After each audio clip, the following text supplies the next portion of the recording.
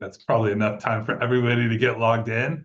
Thank you everyone so much for joining. We were very excited to be here today to talk about Mitra's journey to revolutionize facility and real estate management. So let's go ahead and dive in.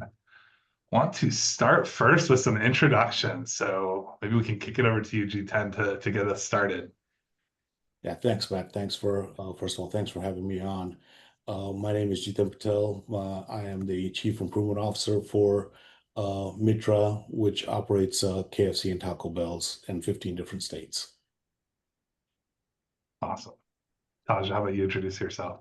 Sure. Jithan's got a very impressive title, Chief Improvement Officer. That's fantastic, Jithan. My name's Taj. I'm the founder of Leasecake. We are a risk and compliance solution for lease management across specifically restaurants and service-based retail. Founded the company about 7.5 years ago, and today we have over 40,000 locations on our platform. We're working with wonderful partners like Ecotrak and many others to help our customers succeed and grow. Many of our customers are PE backed as well. So we'll talk a little bit about how facility management and due diligence and all that are all tied together. So thanks so much for allowing me to join, Matt. Awesome. Yeah, it's always great to get to hang out with you, Taj, and super impressive. A little bit about myself, Matt Singer, I'm the CEO of Ecotrak. We have an asset and facility management software. We started about 6.5 years ago now. Work primarily in restaurant or food adjacent industries, hospitality. Probably share a lot of customers in common with Taj, although we're not quite at the location count that you're at, Taj. So super impressive what you guys have built. But very excited to be here today. Very thankful and appreciative, G10, for you joining us as well. So let's go ahead and dive into the agenda. So today we're going to start digging into Mitra's QSR growth story. So we'll hear from G10 some of the success that they've had over the years. Then we'll really dig into how has technology played a part or played a role in some of that growth that they've achieved. We'll have G10 share some best practices, and as Taj mentioned, being the CIO improvement officer, I think he brings a lot of experience and ideas to the table we're really excited to dig into. We will have a Q&A session at the end. So really quickly at the bottom of your screen, there should be a Q&A button. You can go ahead, throw your questions into the mix, and we'll do our best to address everything at the end when we get to that section. So before we dig in, everything will be recorded today, so we will send you a follow-up email, including the recording of today's webinar, and also looking for some feedback from you all. So without further ado, let's go ahead and get started. Sure. Can I take the first question? Please. So Jithan, I mean, we've known each other for a number of years, and you've had such a impressive growth story with both Taco Bell and KFC's. Why don't you share with everyone how the story began, kind of what you were doing beforehand and how you went from one to, I mean, how many locations do you have today? So take it away. So I'll go back to your previous comment about the Chief Improvement Officer.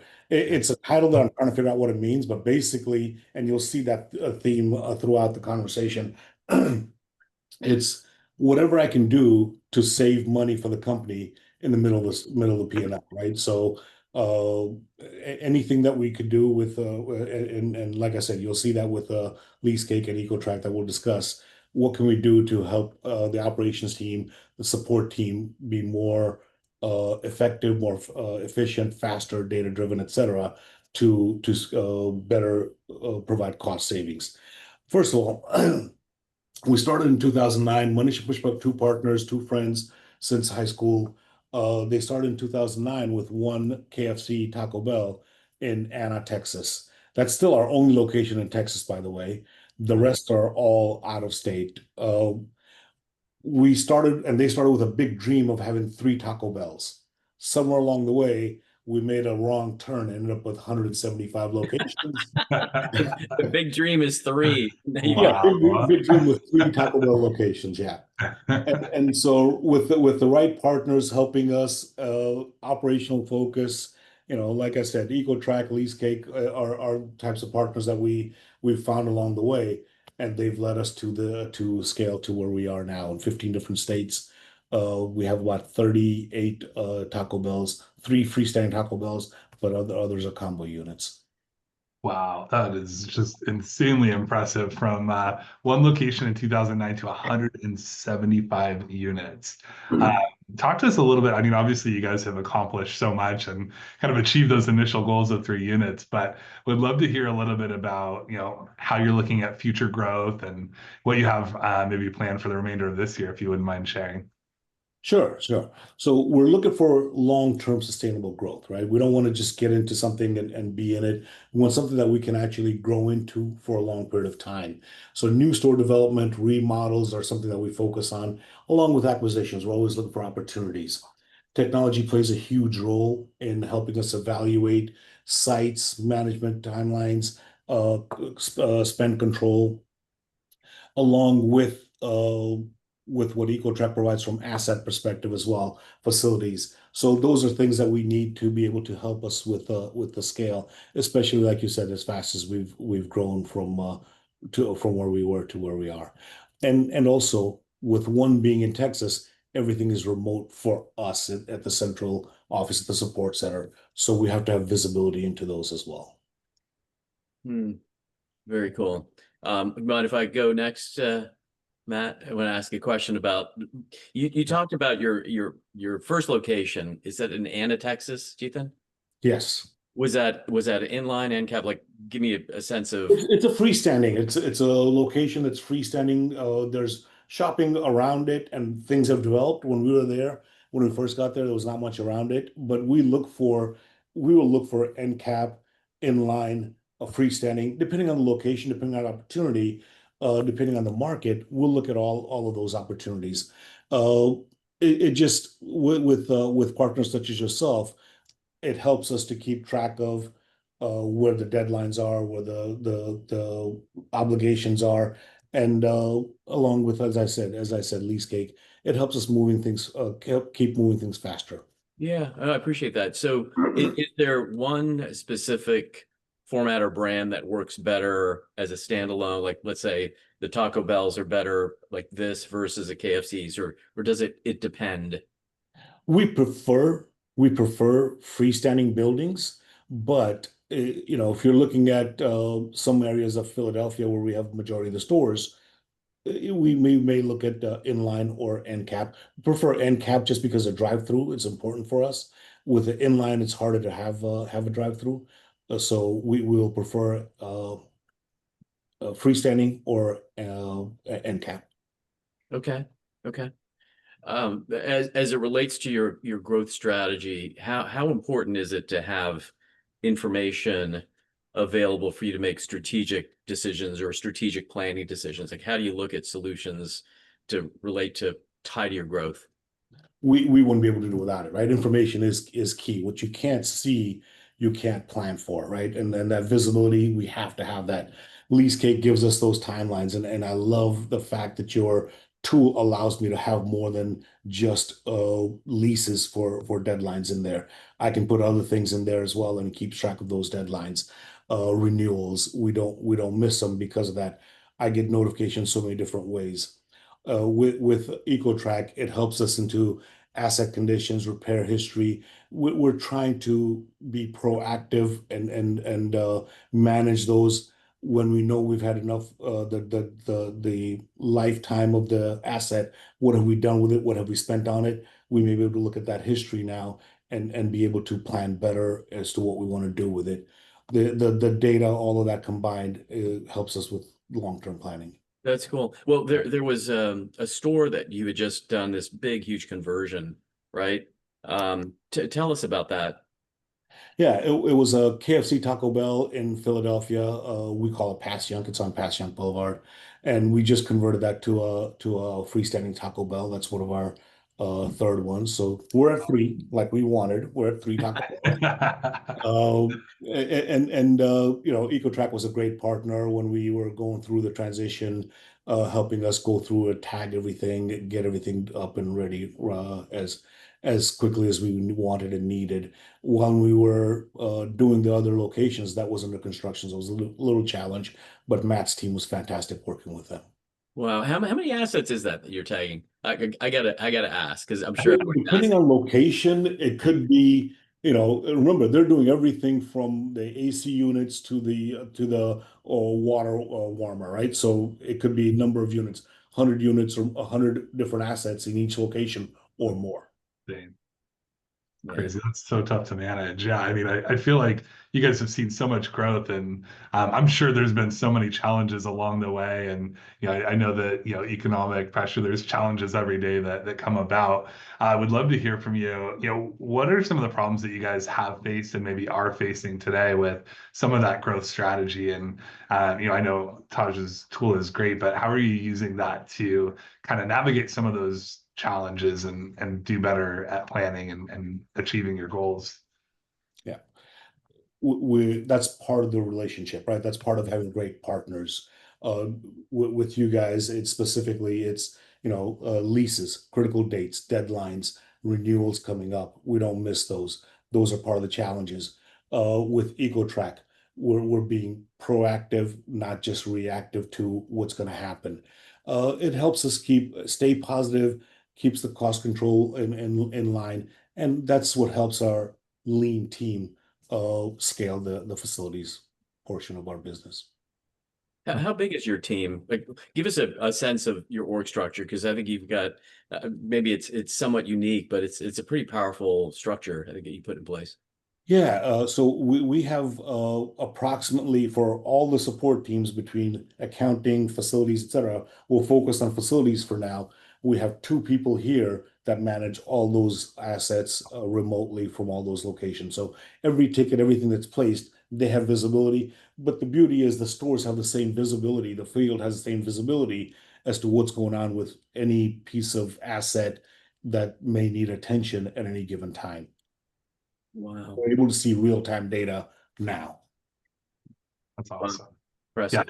I think the shared service model you guys are adopting to be able to achieve this scalability is incredible. Would love to hear a little bit about what are the teams, what is the impact that they've felt implementing some of these tools, whether it be Ecotrak or Leasecake. What teams are benefiting the most, and how does it impact their day to day? So most of the teams touch each of those pieces of software, right? When I say touch, you get the point.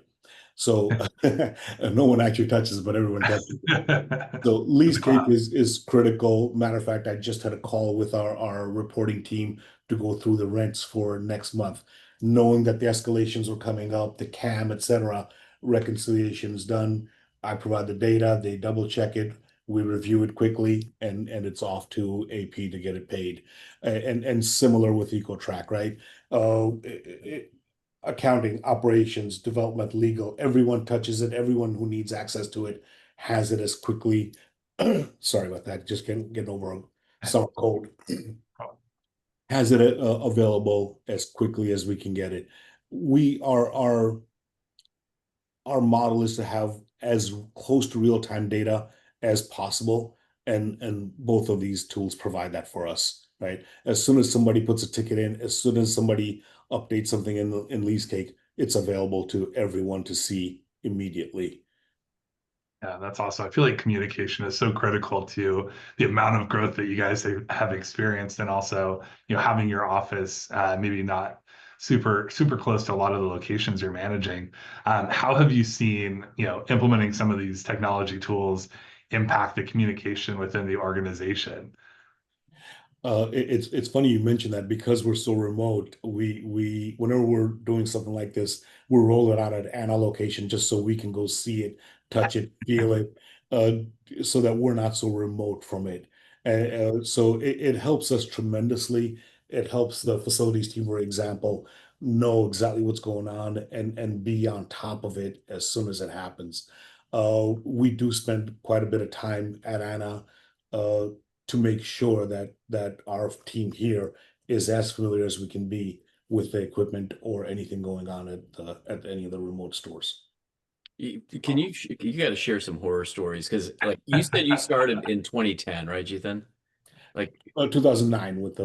okay, 2009. So round numbers, that's like 15 years ago. What the Sure. heck were you using back then?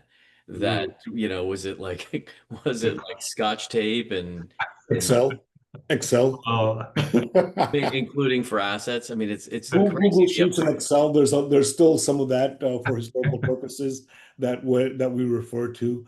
There's a lot of data in Google, and one somebody just asked me for a report from somebody who's no longer with us, and I said, "What was the report called?" Matter of fact, yesterday on our ET call, and so yeah, some horror stories. Taj, I don't want to go into more detail than necessary, but quickly I was able to pull up a report, send it to the IT team, and say, "Hey, look for this email." I don't have access to the full report or full data, the attached spreadsheet, but they were able to find it.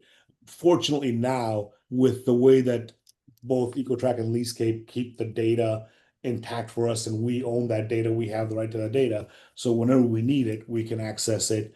That makes it much easier. So historical data for all of our assets will be much easier to maintain, retrieve, and be able to track what we need or what has happened to it when it was replaced. How old is it going forward? We haven't been able to do that in the past. That's real helpful for us. that's awesome. Yeah, talk a little bit about, the obviously Leasecake and Ecotrack. We play in similar worlds where, Leasecake is looking at all your leases, how you're growing, tracking all of the future leases, et cetera, and all the renewals.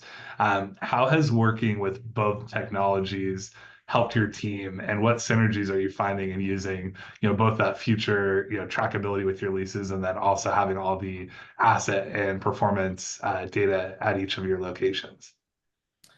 So the integration of both, it's powerful data, right? We've never had access to it, so it's almost overdrive or overflow of information. So we had to get used to that first. But now that we have that data, we've been able to take that long-term planning, capital planning that, again, as I said to Taj, that was done in Excel spreadsheets. Now we can plan it better and keep track of it. Lease negotiations, some of those things were, I hate to say it, Taj, in my old head. Some of those things where I kept track of here. I Now get it. it's yeah. Now we can make notes. Matter of fact, I just had somebody go through and add some pictures and things to Leasecake for our location. So for historical purposes, when I'm not here, when I'm retired, somebody else will have access to that data and will be able to continue with the planning that we started and not have to fumble through old emails or try to look through drawers. Awesome. So with all that data and with all the growth, have you used any of that data and technology to look at your new store, not just whether you want it in cap or freestanding, but are you looking at the new store design and layout at all? How has that changed over time? Yeah, we're learning to do that, right? We Yeah. haven't had that in the past, so we're learning to do what we have, and it helps us. Matter of fact, we're the next Taco Bell that we're converting right now. We're looking at the floor design, floor plan to say what equipment should be located, how it should flow, how it should be laid out, so that it makes it more efficient and more effective. Also, when we can track what's being done as far as repairs or maintenance, we can also plan that out better in the long run. Same with lease cake, right? Similar to site obligations, we need to keep track of those so we're not caught off guard post opening. So that's why we want to make sure that we the data is Yeah, only as good as what you get out. It's only good what you put into it is what you'll get out of it. So we've got to put sure. that into it, and that's what we're making sure that everyone gets used to it and puts it in there.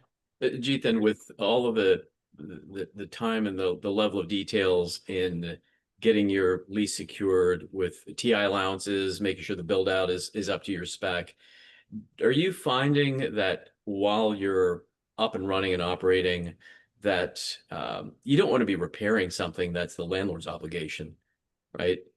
Do you use any tools that allow you to quickly discern, like, oh my gosh, I need to call them. We don't need to do anything. I mean, obviously mission critical. Like, how do you protect yourself to make sure you're not overspending for stuff you're Great, not really great, responsible for? great, great question because I've just recently come into this across several locations. The Lee's Cakes, Cake Bot, right? Love the name, by the way. Whoever came up with it, I think I was right.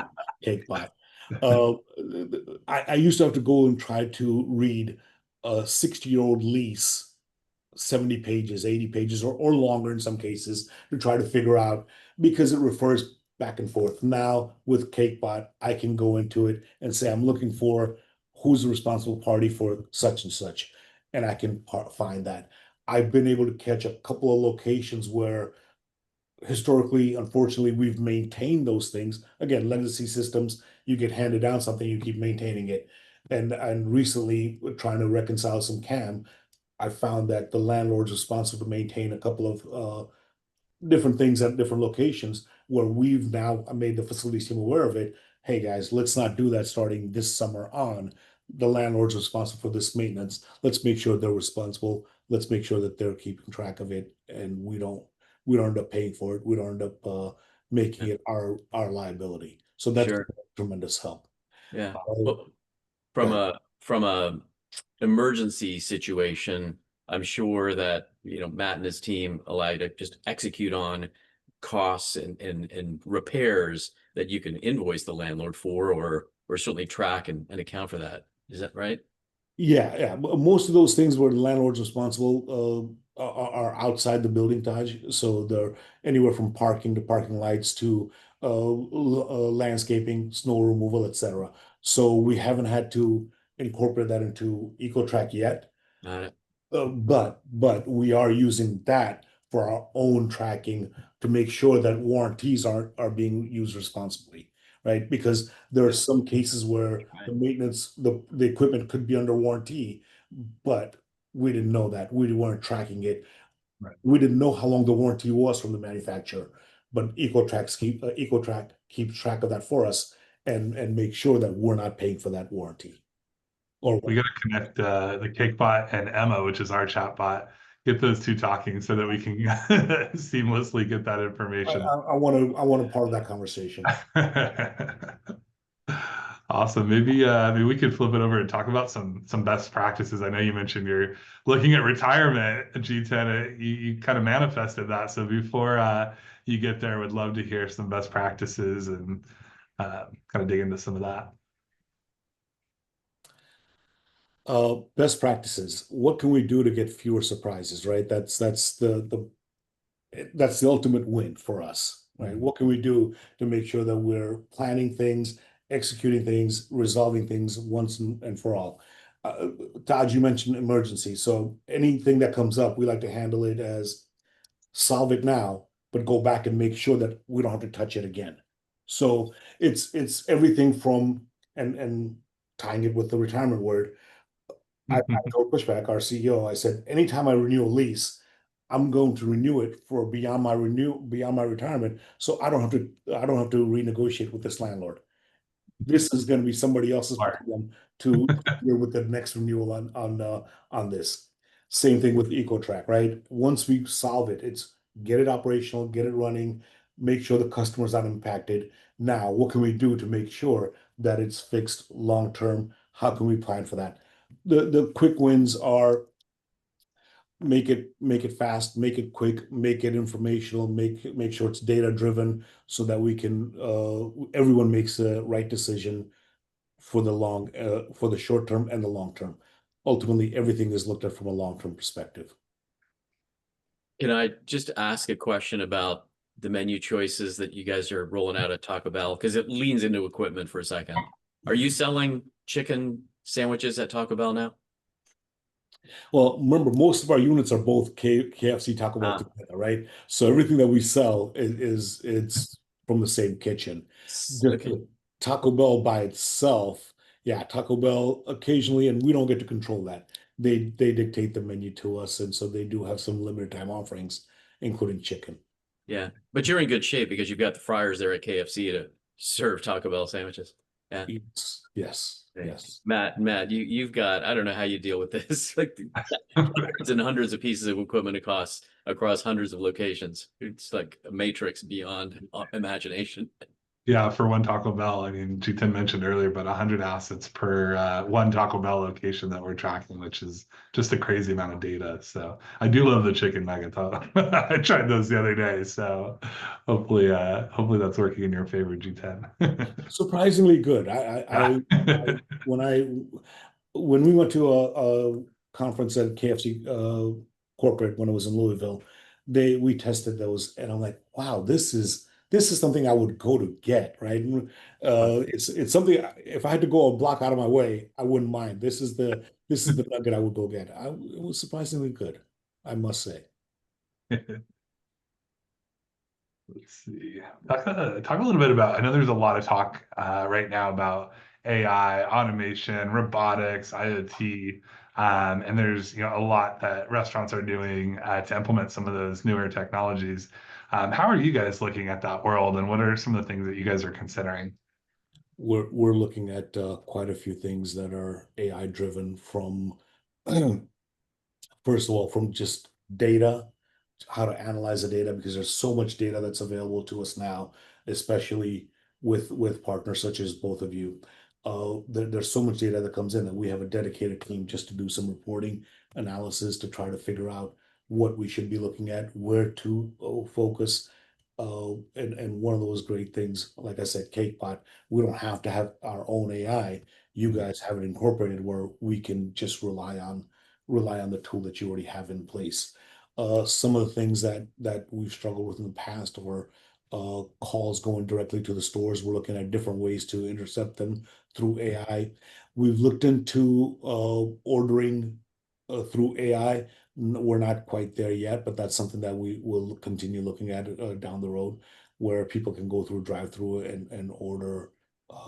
And we've even seen some models out there where based on your car, based on your license plate, it can tell you, Matt, you ordered this last time. Would you like to repeat your order? Oh gosh, how embarrassing. Yes. As long as somebody else finds out. No one else sees that, just you when you go up to the window. But we're not quite there. But that's something that's available out there or to be looked at. Like I'm ordering salads from now on. Hey, to what extent, Jithan, are these technologies implemented at Mitra because you're the chief improvement officer versus coming from corporate? I mean, is it a bit of a mixed bag on new tools? Most of these are driven by Mitra, not corporate. That's good. That's Most of awesome. these are driven by us because we want to stay ahead. We want to continue to grow. We're one of those companies, well, the franchisees that are actively looking to grow, not Yeah. just stay Yeah. static. So that's something that we strive for. Yeah, good enough's not good enough anymore. It's never been good enough, not for you guys. And I think those who don't have that mindset are either going to be left behind or a little bit late to the party. So that's why we always love working with you, because you are pushing the envelope. Yeah, we try to. I know sometimes you hate it when I push too hard, but I appreciate your willingness to listen to me. Both of you have always been gracious to give me time to listen and see what we can do to make it better in the long run for all of us. Well, I mean, end of the day, it's transformation. I mean, I was reading an article about flip phones, reading an article about televisions way back, reading an article about looms, and innovation happens in all sorts of ways, whether it's mechanical or whether it's something as basic as flip phones. Like there has to be a modern approach, and I think there are companies that feel that Smartsheets is modern, but at the end of the day, it's not really an empowerment tool, which I think you all have done exceptionally well. Because whether it's our solutions or even others that you haven't talked about, uh, you're getting things done faster, and you're able to go well beyond your first three Taco Bells for sure. But this is not the end. I mean, I'm sure you're continue to grow, right? Yeah, absolutely. We're always looking to grow. It's just strategic growth where we can fill in the holes where we have locations because we're spread out now in 15 states, or go where we have a large enough market share to make sure we have a supporting team for it. So it can be either way, but yeah, growth is always going to be in Mitra's future. Nice. Matt, you want to touch on your AI capabilities? I know we just kind of just did a little wave top, skimmed across it. I'd love. Yeah, no, absolutely. We're actually getting ready to launch some pretty significant AI functionality over the next 90 days or so, including our Emma bot. So hopefully she lives up to all the hype of the cake bot that I've heard about, which is awesome. We're looking at a lot at predictability. So predicting equipment failures, predicting downtime, helping scrape the internet of data and be able to present some relevant information on, how much things cost, right? So how much is this proposal in front of you versus what would the internet say that the correct cost for that proposal might be. So those are some of the ways we're kind of looking at injecting AI. G10, I know you guys have been really helpful in how we look at the world of data and being able to present it back. So yeah, we're trying to make it helpful, insightful, but not spam our users with it. So make it subtle and make it more of a kind of a right-hand guy, if you will, that they can use to make better decisions and use the software better. So. Yeah, sorry, I'm going to jump in here because I know, Matt, we've talked about some of these things. I didn't know we were going to pull back the curtain. This is good. No, this is great. I'm glad you Taj got pulled all it this back. coming out. What we do, Along my with friend. that, there's a lot of enhancements to that we've talked about. Everything from the store level to what the reporting capabilities are. Looking forward to some of the things that you're releasing. And Matt, we've already got remember, we already got dibs on trial, right? We're going to be your trial baby here. So You know it. Well, I think there's the overarching story about this conversation. It's Ecotrak's in the risk reduction business, avoiding surprises, making sure that you get rid of the little ankle biter issues that sometimes plague your systems and your teams. And from an AI perspective, I mean, there's so much that can be done with data. On our front, we have released Leasecake Lift, and it's a risk scoring methodology that on a scale of 1 to 5, your real estate leases can be ranked and scored, 5 being the best, of which one is the most tenant friendly. So you can take your perfect tenant friendly LOI, whether it's KFC or Taco Bell, whether it's Dallas or the Philly market, and use that as the baseline, and then bounce every one of your new leases up against it and immediately get a score that at the holistic lease level, maybe it's a 2.2, or at the individual critical clause level, there might be some that are high risk, medium risk, low risk. But the power of that, you don't have to necessarily be a real estate expert, but bringing awareness to which ones are about to renew, which ones you want to renegotiate, and get rid of those clauses, Ethan. Like you said, some of your leases might be 20, 30 years old, and there might have been a exclusivity provision that you don't want to have grandfathered in. So you can, I don't know, let's say you want to sell cinnamon rolls at your Taco Bell, and you want to get rid of that exclusivity. So the power of it is phenomenal. But we've released that offering, Leasecake Lift, and it's one of the fastest adopted solutions that's out there. It's frankly, it's really exciting. That sounds incredible. I haven't managed leases in a while, but I've seen your technology. It's so impressive what you guys do, Taj.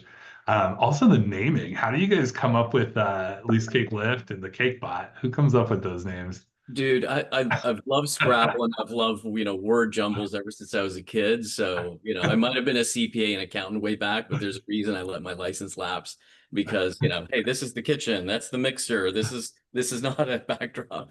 I don't know. It's just fun. I think end of the day, software like yours needs to be approachable. Every one of our customers' restaurants are approachable. Their apps are amazing to book a great Taco Bell lunch or to order in advance. So why shouldn't we create solutions that help our end customers with very basic back office functions, but incredibly important to reduce their risk so they don't get bogged down in the minutia. I think fundamentally that's why we call it Leasecake. That's why your branding, Matt, with Ecotrak, the updated branding, it's spot on. Like just keep track of anything that that is important to you, and I think it's good to have that flexibility because your customers are going to tell you what they care about tracking economically, right? Ecotrack, there it is. Awesome. Well, me and Tosh could go back and forth all day. We're old friends, but want to turn it over to you, G10, for one piece of advice. So, what's the best piece of advice that you've received, and then we'll open everything for questions for everyone. It actually, I remember it because I think of it as I think through my role, right? Leaks don't happen in gallons. Losses don't happen in dollars. They happen in pennies and they happen in drops. Take care of the pennies, and QSR is a business of pennies. Take care of the pennies and the dollars will make sense. Get it? Dollars will make sense. Like that. Now I get it. Um, That's impressive. what's a piece of advice you learned from someone else as you were growing up, college, or just School of Hard Knocks that's has stuck with you? That one. That That one. that So one I've so learned a long time ago that stuck with me. That's what I pay attention to now in my role, especially pay attention to the pennies. And I know, and sometimes I have to remind others. I'll focus on the middle. You pay attention to the top, right? The bottom will be there, but you pay attention to the top line. Just pay attention to the middle. How about you? I'm going to ask the same question to you, Taj. What's one that you were taught? oh man, dude, we're the one that's supposed to be asking the questions, Ethan. Yeah. I know that. Put him I on the put the spot. script on you now. I would say details matter, and always listen to your customer because they'll tell you what's important and what they need. Not what they want, but really what they need day to day. Can I add to that? Please. Also, it's what your customer won't tell you. It's what your customer won't tell you. You have to experience your product like your customer. Yeah. You have to experience your product like your customer, Yep. because if you don't see it as your customer, you won't see, you miss things as the manager, as the owner. You Mhm. have to experience that as the customer. Yeah. Yeah. Absolutely. We've got customers right across the street. Walk over there. And it's a very humbling reminder for sure. We got to lead with empathy. Walk in Yeah. their shoes. Yeah. Matt, how about you? Oh man, on the spot, best piece of advice. I had a really good friend tell me, nothing will ever turn out the way you expect it, and you'll build something and have to tear it down and rebuild it over and over again. And I think that definitely, speaks to me in the world that we live in. Software as a growth, software company is you're always pivoting and rethinking about, new technology and how you can incorporate it. So that's, something that's really stuck with me and. Um, Try to knock it down when things don't go exactly the way I want it, right? Because you can always build it back. So, well, I know we're coming up on time here, and would love to open it to anyone with any questions. Oops.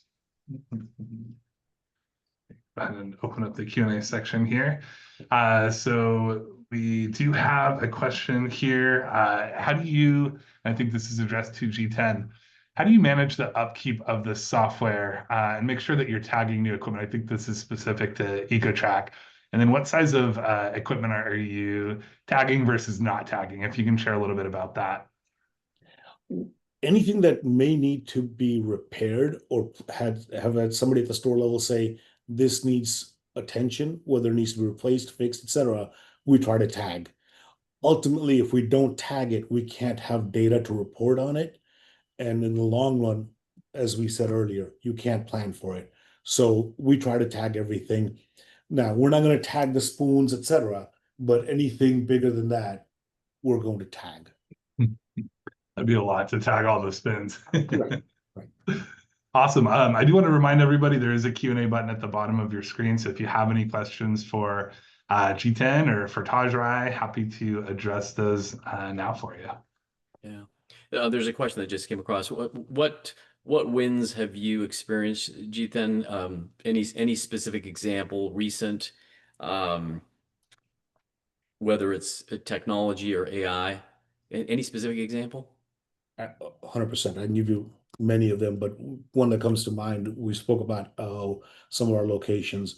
Uh, because we're current and we try to stay updated on when leases renewals are coming up, we can negotiate with more confidence. We can negotiate early. What I found early on in my career when I was doing this, you try to go to negotiate with a landlord when there's 18 months left. You think there's enough time to negotiate. Well, now the landlord knows you're staying here. Yes, you can negotiate, but you're staying here. I've learned to renew 3 years out, so the landlord doesn't know if I'm staying here. But if things don't go well, I can find something else across the street. So when I have that option, I get in a win-win situation more so than here it is. I have nothing but to say yes, given the last bit because I have to be here. I don't have time to go somewhere else and find a new location. So with those tools, with specific Leasecake, negotiating early helps me out in getting into that win situation. I can go into details about it, about specific leases where I've come away with reduced rent and extended the term because it's a long-term project. We want to be there, but that's only because we started early enough to be able to be in a good spot to negotiate. Got it. A follow-on question with regards to negotiation. Are landlords starting to move, or do you have any rent schedules with breakpoints where there's either percentage rent or there's a minimum rent? Are landlords doing that, and is that part of your strategy? We try to stay away from percentage rent. We've just historically stayed away from it. There were a couple of leases that I inherited, but as we renegotiated them, we that was one of the things that did not want to participate in. A couple of things, too hard to keep track of. Then you get into what percentage of which sales is it net or gross? It's supposed to be net, is my understanding, but that's not defined in some old leases. So, Taj, we really do try to stay away from it. If you can avoid it, I would recommend staying away from percentage rent. And then of course, look at any basic finance book, and it'll tell you what a QSR rent should be, what percentage of the sales it should be. You want to try to, of course, stay below that. Perfect. Matt, you want to take this other question that just came in? Yeah. Question came through. Looks like a challenge that some folks are having is finding an easy way to tie a work order request or a service request to a paid invoice. So sharing best practices around that. I'd say integrations are key. We have so many API integrations or even email integrations that we can set up on our end. I'm sure Taj, you guys do as well, but where we can take data and associate it to other data. So I'd say, if you haven't, and if you're a current customer, talk to your client success team, and they'll be sure to talk to you about those integrations. I don't know, Taj, if you have any information on integrations or any insight there, but. Man, I tell you, integrations is a loaded word, and you just have to figure out what are the bits of data that need to be pushed and or pulled, and what is the value that you're looking in the jobs to be done that you're looking to accomplish with an integration. So, I mean, for certain, this is a game of data, whether it's your customers and their spend and how the cents and the leaks turn into drips and gallons of water and huge dollars.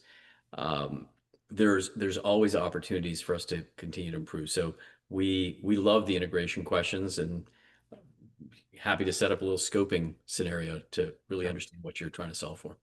From a customer perspective, I know that was geared more mainly towards you guys, but from a customer perspective, make sure you partner with somebody who can integrate with your different systems that you have, which both of you integrate very well, but make sure whoever you pick, they do integrate with your other system. You don't want to get into a situation where you partner with Matt, but Matt can't integrate with your accounting software. Now you got to have something in between. Not the situation with Matt, but No, I'm it's just great saying advice. whatever you pick, make sure. And then also, data is a powerful tool, but make sure you have enough to make a decision, but make a decision.